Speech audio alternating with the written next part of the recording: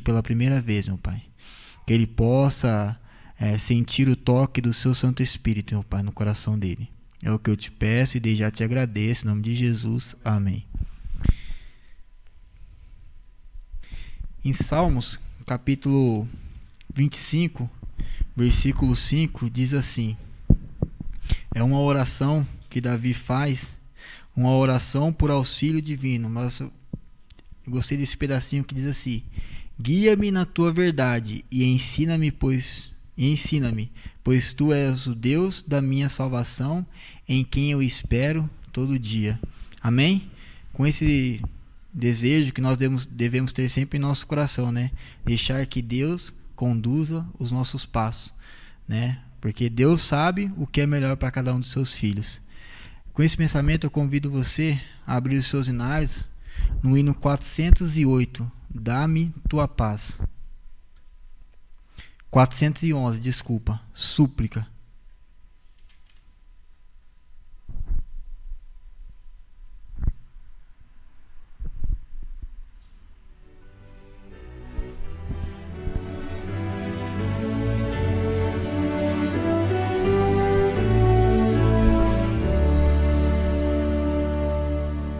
Vem, guia-me, ó Senhor, meu amigo, meu pastor, guarda-me de todo mal, pela graça divina.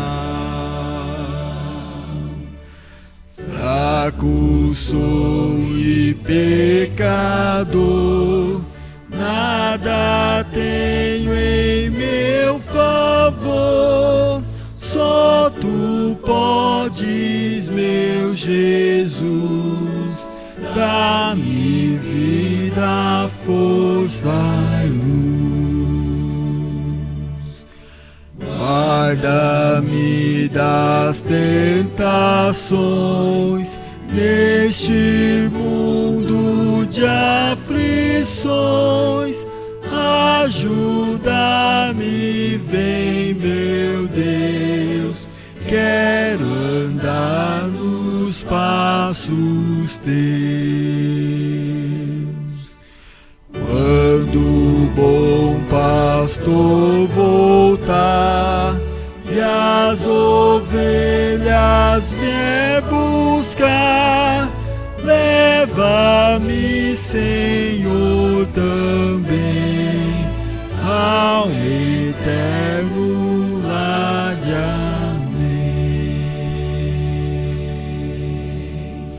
Amém. Continuando a nossa adoração, hino de número 420. Ó que amigo em Cristo temos.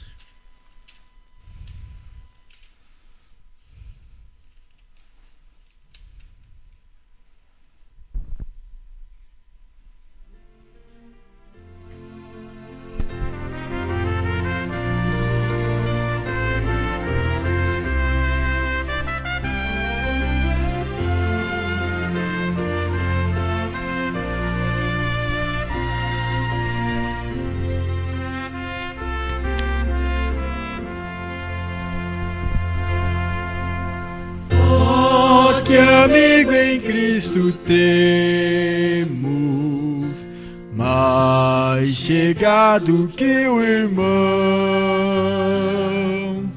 quer que tudo nós levemos ao bom Deus em oração. Oh, que paz perdemos sempre,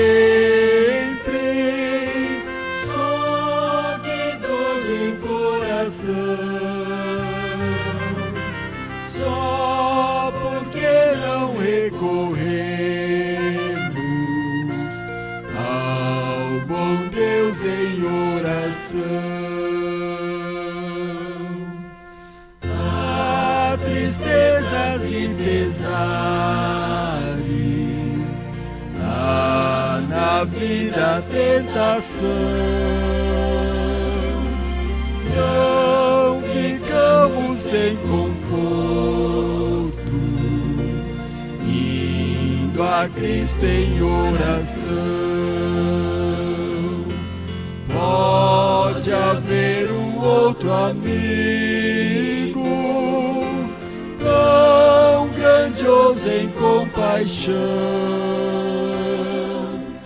aos humildes e contritos. Cristo atende em oração. Quando em dor desfalecemos, Cristo estende-nos a mão, pois é sempre a nossa força, é refúgio em oração. E se aqui nos menosprezam, Cristo é nosso em oração, em seus braços nos acolhe e nos dá consolação.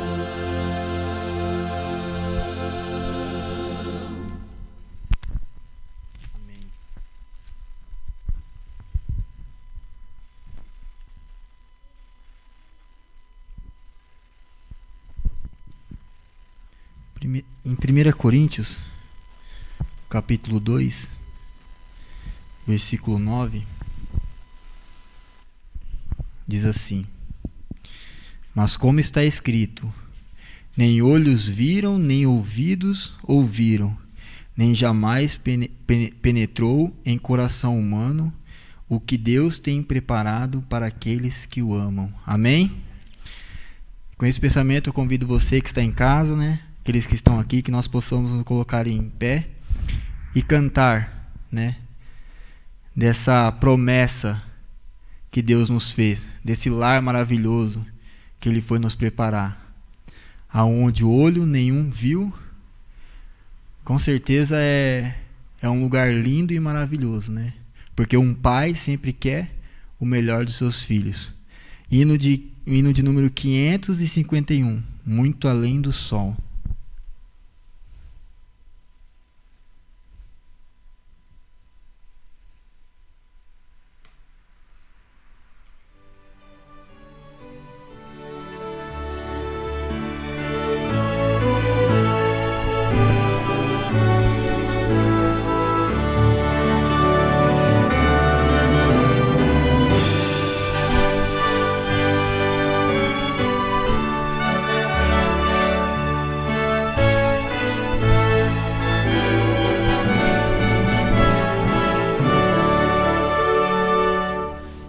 Aqui no mundo não tenho riquezas, mas sei que na glória eu terei mansão.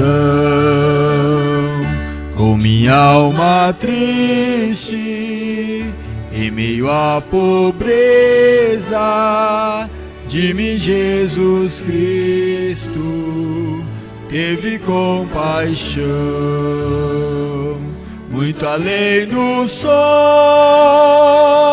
muito além do sol, está o meu lar, um belo lugar, muito além do sol, muito além do sol, muito além do sol,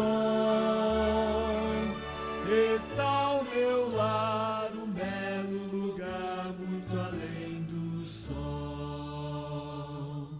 Sempre pelo mundo eu vou caminhando, enfrentando lutas, prova e tentação. Mas Jesus, meu mestre, que me fortalece, vai levar-me a salvo, a real mansão. Muito além do sol, muito além do sol, está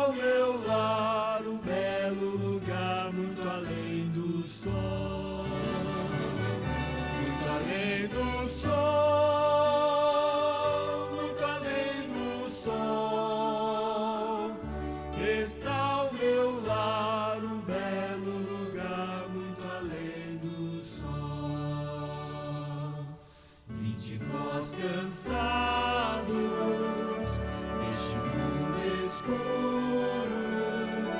Cristo vos concede plena salvação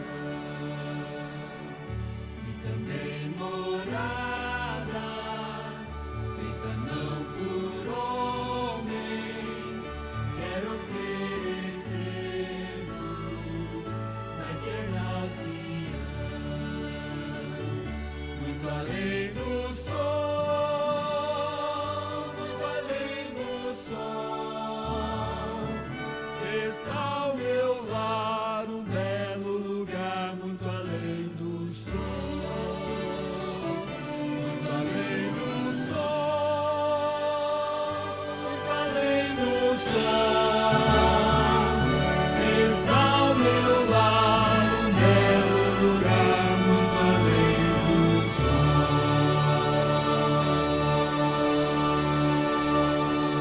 Amém? Aqueles que puderem, vamos colocar de joelhos para falarmos com o nosso Deus.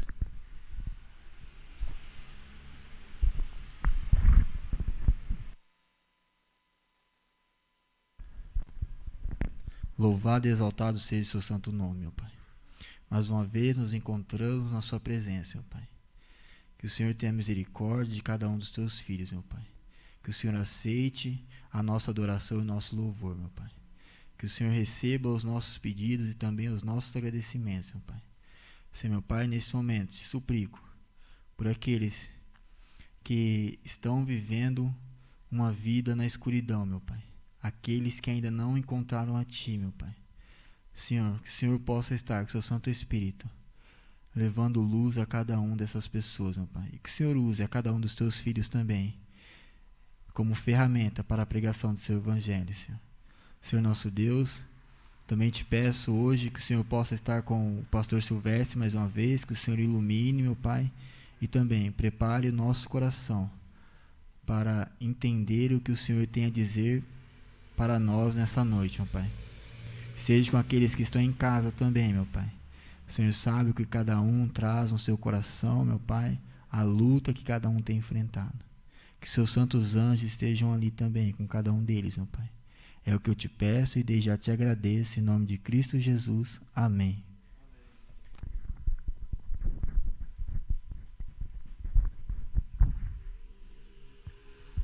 Nesse momento eu convido a Karen. Nós vamos cantar uma parte do hino Falar com Deus. E depois ela vai estar lendo os pedidos e agradecimentos. E em seguida eu convido o Carlos para estar fazendo a oração.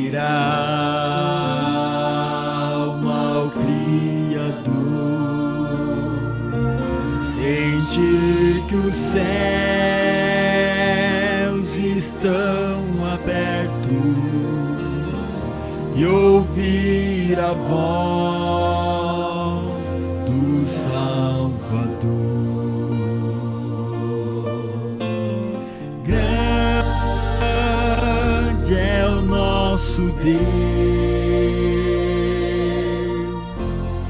e as obras que Ele faz, o seu amor não tem limites, em seu perdão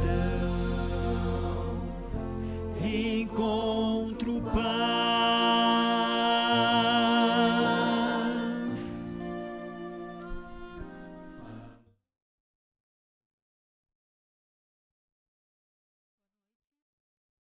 Que a paz do nosso Senhor Jesus Cristo esteja em cada coração.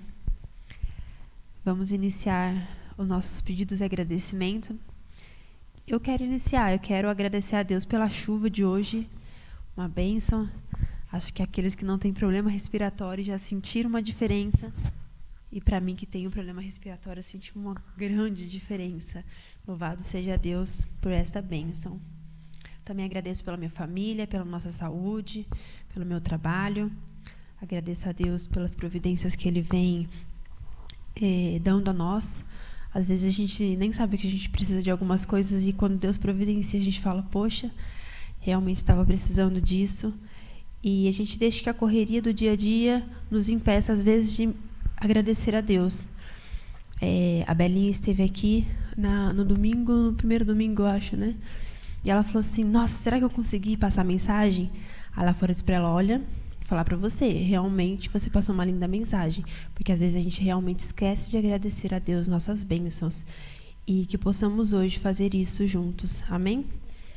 E a Rafaela vem aqui agradecendo pela bênção que Deus concedeu o batismo da mãe dela. Foi alguns dias atrás, nós acompanhamos pelas redes sociais, estávamos ali ligadinhos, família muito feliz, nós também. Que Deus seja louvado mais uma vez. E a Laine agradece também pela família e por todos nós. E dizer que ela ama cada um de nós. Nós também te amamos, Laine. Ela diz assim, eu preciso de vocês para ser feliz. Vocês é a parte visível de Deus. Acredito em Deus porque vocês existem. Ai, que lindo, que delícia ouvir isso. Deus seja louvado através da sua fé também, minha querida. A Tânia. Boa noite, irmãos. Agradeço a Deus por tudo e principalmente pelo cuidado e a misericórdia dele por cada um de nós. Meu pedido de oração é pela restauração da saúde do meu paizinho e por emprego para minhas filhas. Amém. Viremos orar junto com você. Vamos para o YouTube. O Henrique Costa. Boa noite, Henrique. O Luciano. Agradeço a Deus por mais um dia de vida e pela saúde da minha mãe. Peço que em suas orações orem por ela. Boa noite, Nicolas. Bem-vindo. Márcia, boa noite. Ari. A irmã Gilene, boa noite também. Ela agradece por mais um dia de vitória. Amém. Sandra, boa noite, bem-vinda. Madalena, boa noite, Madalena. Ela diz, boa noite, amados. Agradeço a Deus pela vida, a saúde e oremos pelas famílias. Oremos pela vida do irmão Manuel, pela sua saúde. Amém. Lembremos de orar por ele também. Eu também queria agradecer a Deus, né, pela oportunidade de mais uma vez estar aqui. E também agradecer, né, pelo projeto Caleb, né, que nós estamos tendo aqui na igreja, né. E sábado nós tivemos, antes da programação lá na UPA, eu não participei a primeira vez, né, mas eu participei sábado agora.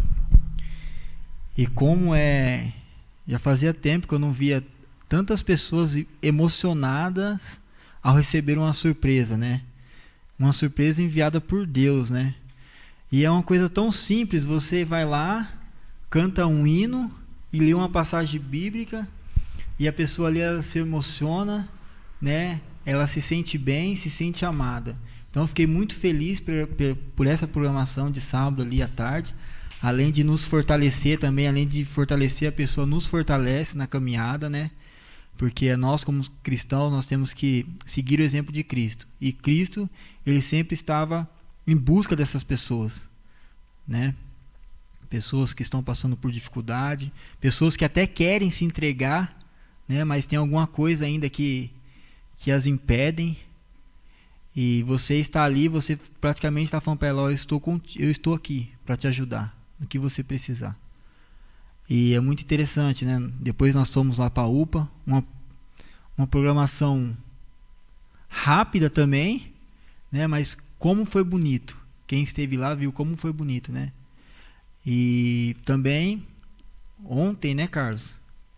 Foi segunda-feira nós fomos lá ali levar uma sopa, né, para os moradores de rua aqui de Hortolândia. A gente sempre fazia lá em Campinas, já fazia um tempo que a gente não fazia e nós fomos aqui. O Carlos esteve lá conosco e como é gratificante, né? Uma pessoa numa situação daquela, ela olha para você e fala assim: vocês são a minha família. E o interessante é que nós estávamos lá fazendo o trabalho e daqui a pouco chegou uns 4 carros de outra denominação que também fazem esse trabalho, né? Até combinamos o dia ali, né? Então cada um vai vir um dia. Eles dizem que já mudaram da sexta para a segunda, aí eles viram nós lá na segunda e aí nós combinamos que eles vão ficar na segunda e nós vamos continuar na terça. Então é bom sabermos que Deus, ele tem os seus também, né? Em todos os lugares espalhados, pessoas que amam pessoas, que se preocupam com as outras pessoas, que nós possamos orar por esse projeto, né? Que não seja só um momento agora, né? Só o mês de férias, não. A igreja precisa trabalhar, principalmente lá fora, né? Onde existem pessoas que estão em trevas, pessoas que precisam encontrar Jesus, né? Precisam entender que Jesus está prestes a voltar, falta pouco. Esse é o meu pedido e o meu agradecimento. Nesse momento eu convido o Carlos para fazer a oração. Enquanto o Carlos se aproxima, aproveito para ler o agradecimento da Rosane. Agradeço a Deus pela vida dos meus filhos e por toda a igreja. Nós também agradecemos por você, querida. Estamos muito felizes com a sua participação frequente em nossos cultos. Que a sua família seja abençoada. Vamos ficar de joelhos para falar com o nosso Deus? Querido bom Deus que estás no céu, graças te damos, Senhor, pela oportunidade que tu nos dá de novamente poder falar contigo, Pai. Te agradecemos pela vida, pela saúde, pelas oportunidades, pela misericórdia que o Senhor teve conosco até aqui. Nesse momento pedimos que o Senhor vá a cada lar, cada família, Pai. Que o Senhor possa colocar sua mão sobre todos os lares, todas as famílias nesse momento, Pai. Sabemos que muitas famílias estão sofrendo, muitas famílias estão enlutadas, muitas famílias estão com um problema, tipo de problema, Pai. Mas que o Senhor possa, nesse momento, colocar sua mão sobre elas, ó Pai. Esteja com os projetos da nossa igreja, esteja com o nosso pastor, com os líderes, que a nossa igreja possa ser uma igreja vibrante, ó Pai, para que possamos pregar um evangelho para abreviar logo a tua volta, ó Pai, por favor. Sabemos que esses projetos que iniciaram agora, Pai, a tua igreja precisava, como a gente já fazia há muito tempo atrás, pregação do evangelho, visitação, e que o Senhor possa colocar sempre isso em nosso coração, ó Pai, por favor. Que nesse momento o Senhor possa abrir a porta de emprego, Pai, para as filhas da irmã Tânia. Tu sabe o que eles estão passando, pelo pai dela que está passando por um problema de saúde, ó Pai. Todas as pessoas nesse momento, o Senhor sabe, conhece os pedidos que foram falados, que está no coração delas. Que o Senhor possa estar atuando conforme a tua vontade, ó Pai. Por favor, esteja com o nosso pastor nesse momento, que o Senhor possa usá-lo novamente, ó Pai. Que possamos ouvir a tua voz nas palavras dele, ó Pai. Desde já te pedimos, agradecemos. Amém.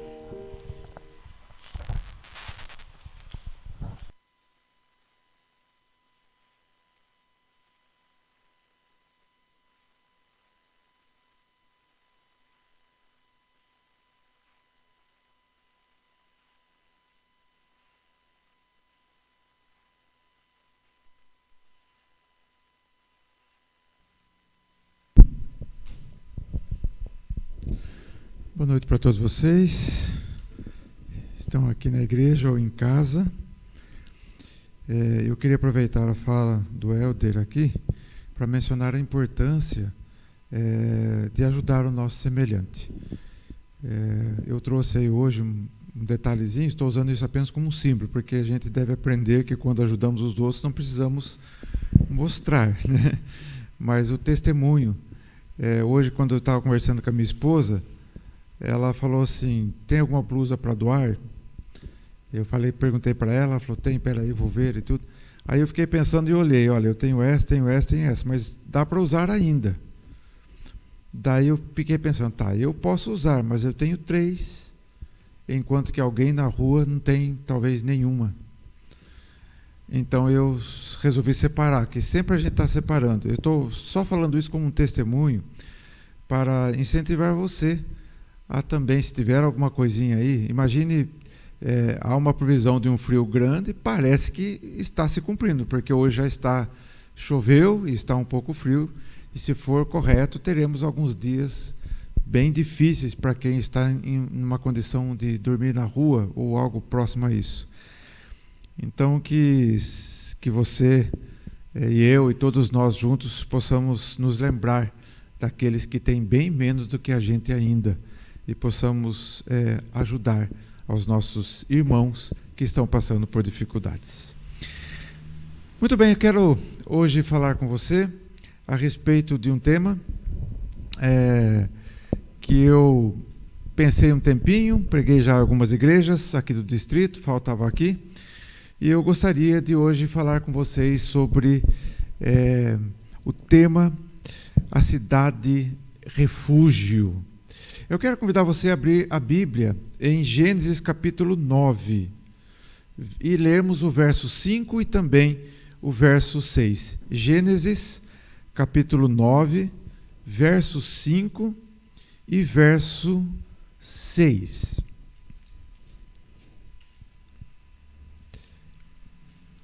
Quero abrir com esse texto, porque esse texto ele dá aqui um parâmetro para o restante da mensagem que iremos trazer aqui. Gênesis capítulo 9, versos 5 e 6. Eu vou ler, eu ia pedir para os amigos lerem, mas daí quem está em casa não vai ouvir, então eu vou ler. A todo aquele que derramar sangue, tanto homem como animal, pedirei contas, a cada um pedirei contas da vida do seu próximo.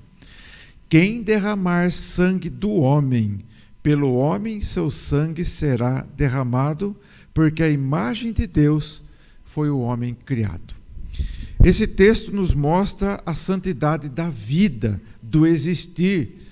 Mostra que há um Criador e esse Criador ama e se preocupa com a criatura que ele criou.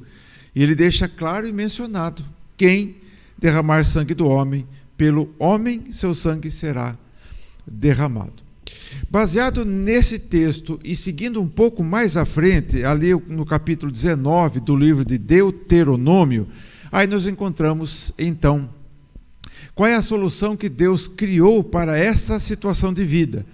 Ao pecado entrar no mundo, entre tantas as coisas, Deus já sabia que um dos pecados que o homem iria cometer seria o tirar a vida de alguém. Então Deus ele criou uma forma de ter uma solução, de ter uma ajuda para essa situação. Deuteronômio capítulo 19, eu vou começar a ler aqui, nós vamos ler até o verso 13, para ficar bem compreendido.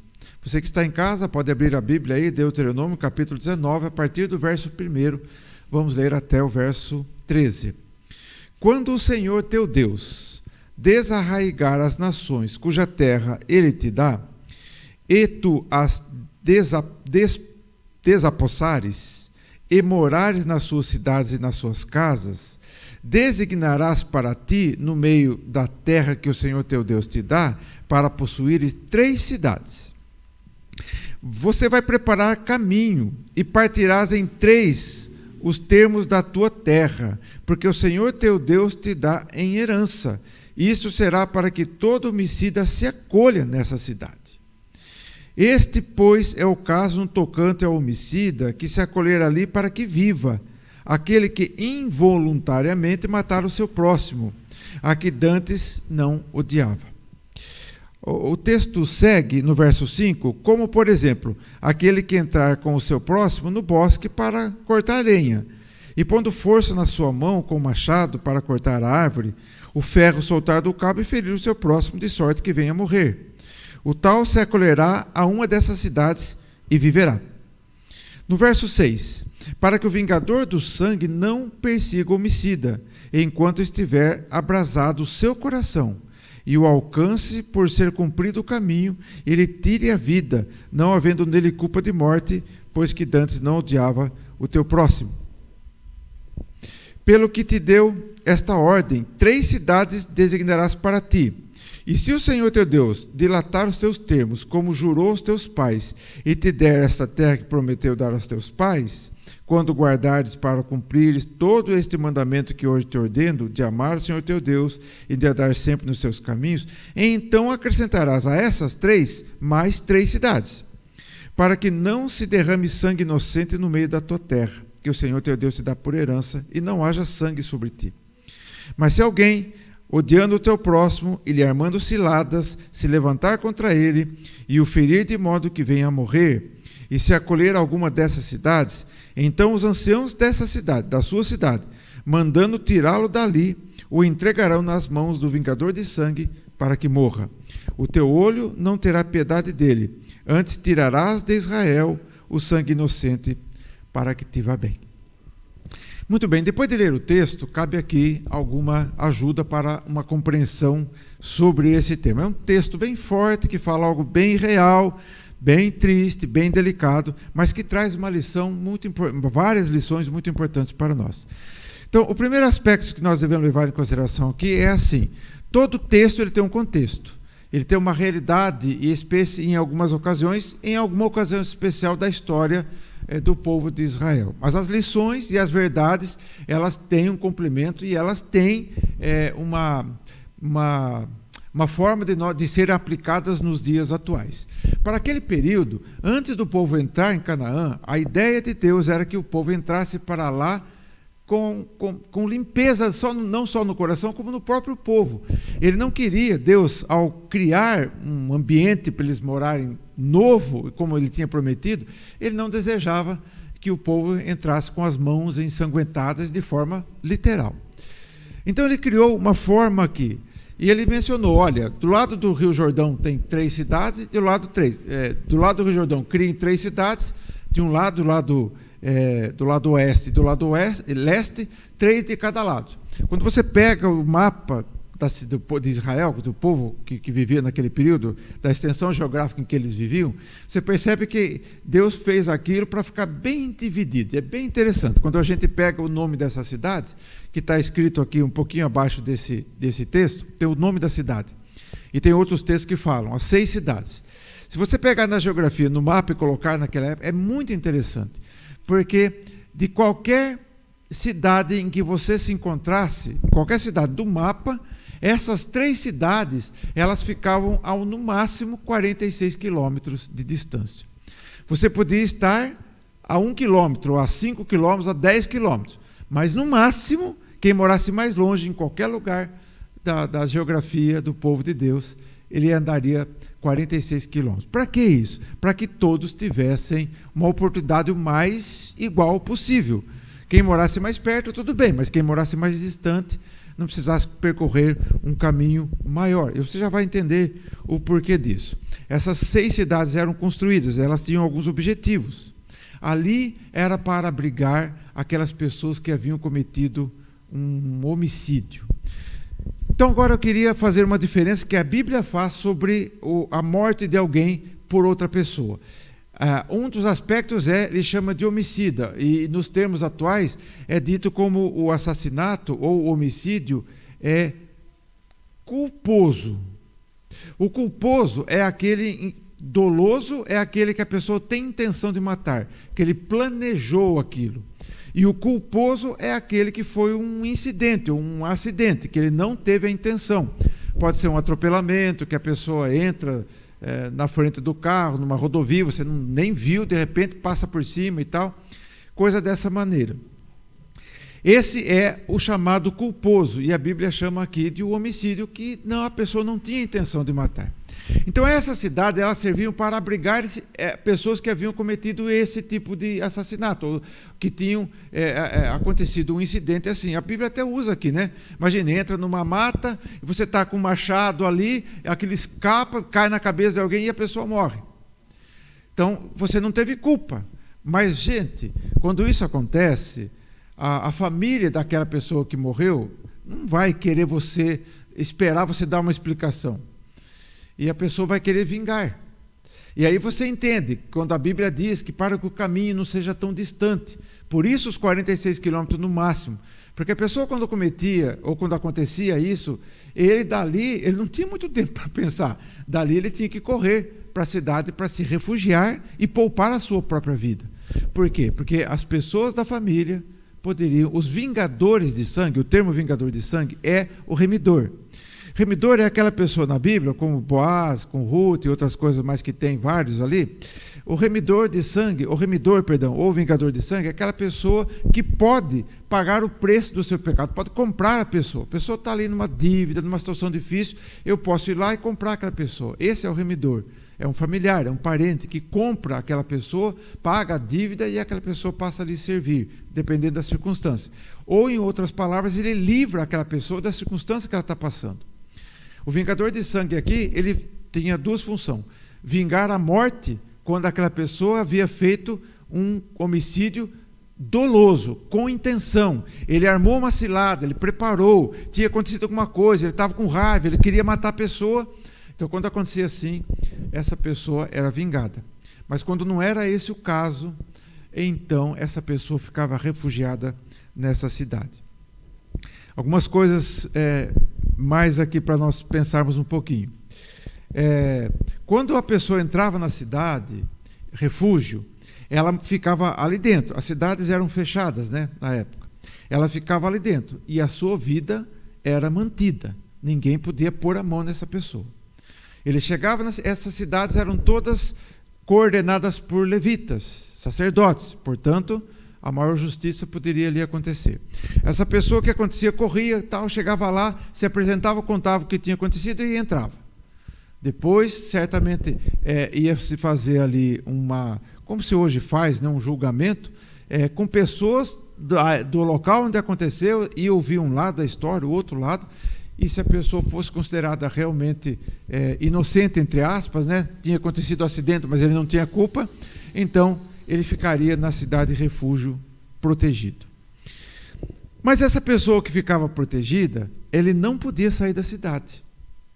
Imagine você que teria acontecido esse incidente. Você ia para a cidade, não morria, mas você nunca mais ia ver, ou não poderia por um tempo ver, sua esposa, seus filhos, se fosse casado, alguma coisa, família, amigos, não podia voltar, trabalhar, você ficava ali na cidade. Mas havia um momento em que você podia ficar livre. E é mais uma lição que a gente vai tirar depois. Quando o sacerdote mais velho daquela cidade morresse, aí você ficava livre. Ele é um símbolo do dia da expiação. A expiação é quando a expiação feita no santuário, mas quando Jesus morreu, que fez valer a expiação que era feita pelo sacerdote uma vez por ano. Então, o dia da expiação no tabernáculo era aquela representação de que um dia Jesus ia morrer, pagar o preço e você ficaria livre. Quando aquela pessoa tinha cometido, estava na cidade se refugiando, e aí, quando o sacerdote mais velho da cidade morria, aquela pessoa recebia o perdão, entre aspas, a expiação, e ele podia voltar para a sua família, voltar para o seu lar, para as suas atividades, para os seus amigos. Muito bem, depois de dar toda essa explicação, agora eu quero tirar brevemente 5 lições bem interessantes para nós. Então, a primeira dela, amigos, pecado tem consequências. Todo pecado tem consequências. Essa trágica história real, vivida pelo povo de Deus, mostra que todo pecado tem consequência. Aqui está contando do fato de alguém tirar a vida de alguém. Tem consequências. Tem consequências para a família que perdeu a pessoa, tem consequências para quem tirou a vida da pessoa, especialmente se for o culposo, mas mesmo o doloso, aquele que teve intenção, também vai ter peso na consciência, dor, e também naquele que não teve intenção. De toda forma, ninguém fica feliz com essa situação. Pecado sempre traz consequências. O perdão que Deus oferece a todos, sob toda circunstância, não elimina a consequência do pecado. Nós vivemos atualmente em dias em que a verdade parece uma vergonha e a mentira parece que se transformou em algo normal. Em que aquilo que é ético, correto, de moral e boa fama, virou algo estranho a ser zombado. E aquilo que é imoral e de má fama, parece que o mundo está querendo transformar naquilo que é o normal. E absurdo está pensar naquilo que é correto. Mas isso para o mundo. Para Deus, nunca mudou, nunca vai mudar. Pecado sempre vai ser pecado. E pecado sempre trará consequências. Segundo, nós devemos deixar tudo para trás que afeta nosso relacionamento com Cristo. Usando o exemplo daquela pessoa, imagina a pessoa que cometeu estava junto quando aconteceu o acidente, o incidente, tirou a vida da pessoa sem querer. Como eu falei, um atropelamento, alguma coisa, ou no caso que a Bíblia explica, com machado, cai na cabeça, bate e fere a pessoa e ela morre. Imagina se você está numa situação ali. Naquela época, você não poderia, não ia para casa, se despedir da esposa, falar com o patrão, gente, olha, aconteceu esse acidente. Aconteceu o acidente, com a roupa do corpo, você corria o mais rápido possível para chegar na cidade de refúgio. Porque se alguém estava próximo da família, ia contar e alguém podia ficar nervoso, não ia escutar a explicação, ele podia querer vingar a vida. E você podia ter sua vida tirada também, por um acidente. Então a pessoa sai dali e ela corria direto para a cidade refúgio. Não pensava duas vezes, deixava tudo para trás. Essa é uma lição para nós pensarmos hoje em dia. Nós devemos deixar tudo para trás. Pecado, pessoas, e quando eu digo pessoas aqui, eu quero dizer assim, às vezes nós temos muitas pessoas que nós chamamos de amigos, mas que trazem uma influência que não é boa. Amigos são as pessoas responsáveis por tirar muitas pessoas da igreja. Amigos são pessoas que podem nos levar a fazer o que eles fazem. Se os amigos são amigos, te levam mais perto de Deus, abraça esses amigos e vão com ele aonde for preciso. Mas se amigos, que você chama de amigos, são pessoas que estão te levando a duvidar das coisas de Deus e das coisas do céu, se há alguma coisa que você gosta e que não é bom para o seu crescimento espiritual, na verdade pode fazer mal, pense, mas pense com carinho em abandonar todas essas coisas. Não deixar que nada, ninguém te impeça de viver uma vida cristã ao lado do Senhor, num momento que estamos vivendo de preparo para o céu. A terceira lição. É muito interessante como o sumo sacerdote que representava, a Cristo na expiação. Quando ele morria, a pessoa que estava na cidade de refúgio podia voltar para o lar. Cristo Jesus morreu na cruz do Calvário, porque ele morreu para pagar o preço do meu pecado e do seu pecado. É o sangue de Cristo derramado que representa a nossa libertação do pecado.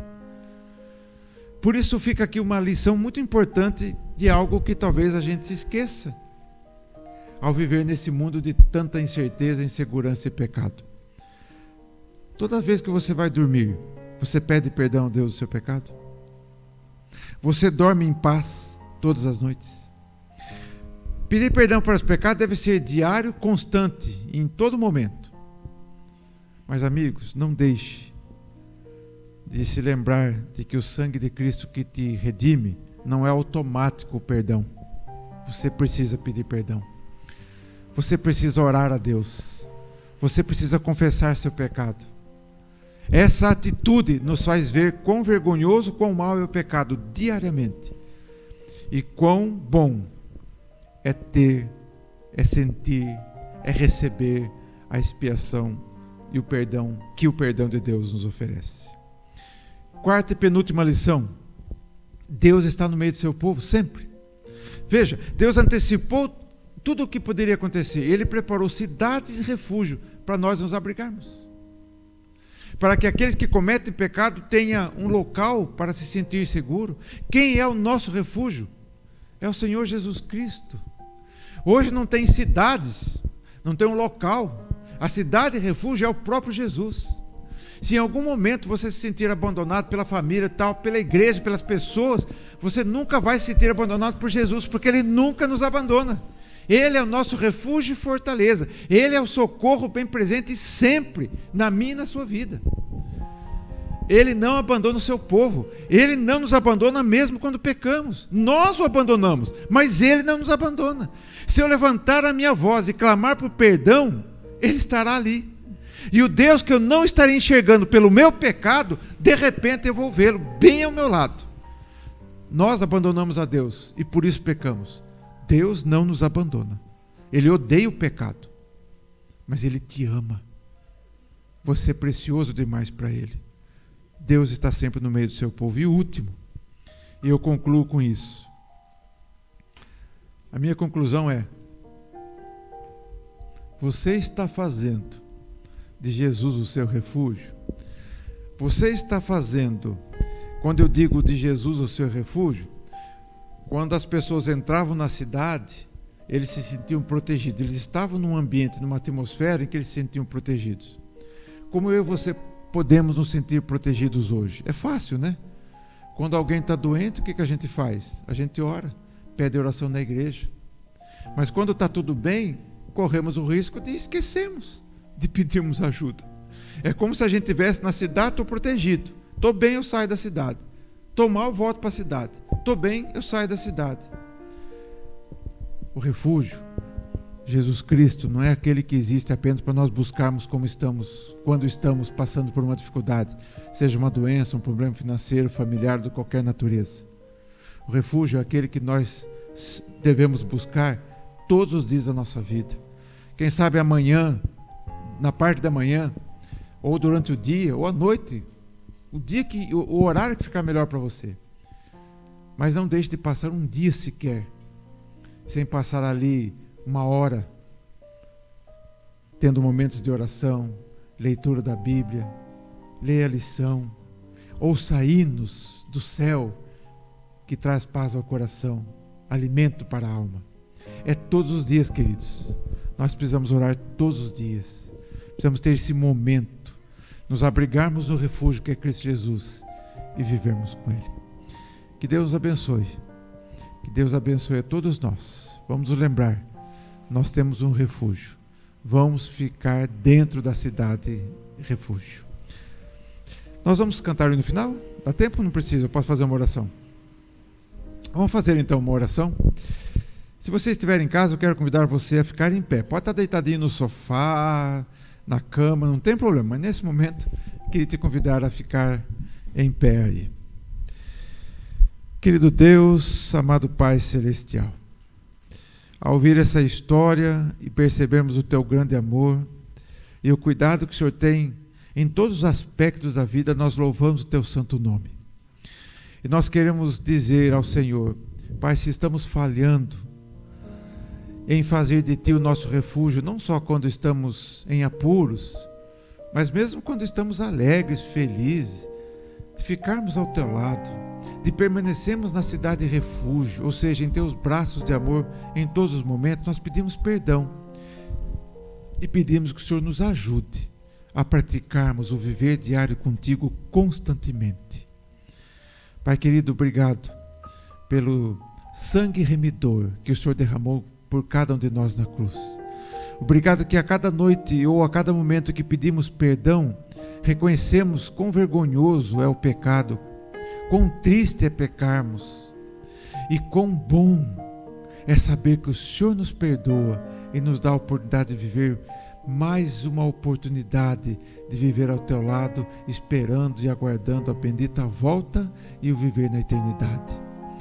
Abençoa a Tua igreja, abençoe a nós, a todos aqueles que estão em casa Te ouvindo. através dessa mensagem. Pai, continua conosco e que o nosso viver seja um viver de preparo para estarmos prontos no dia que voltares para nos buscar. Em nome de Jesus, nós pedimos, nós te agradecemos. Amém.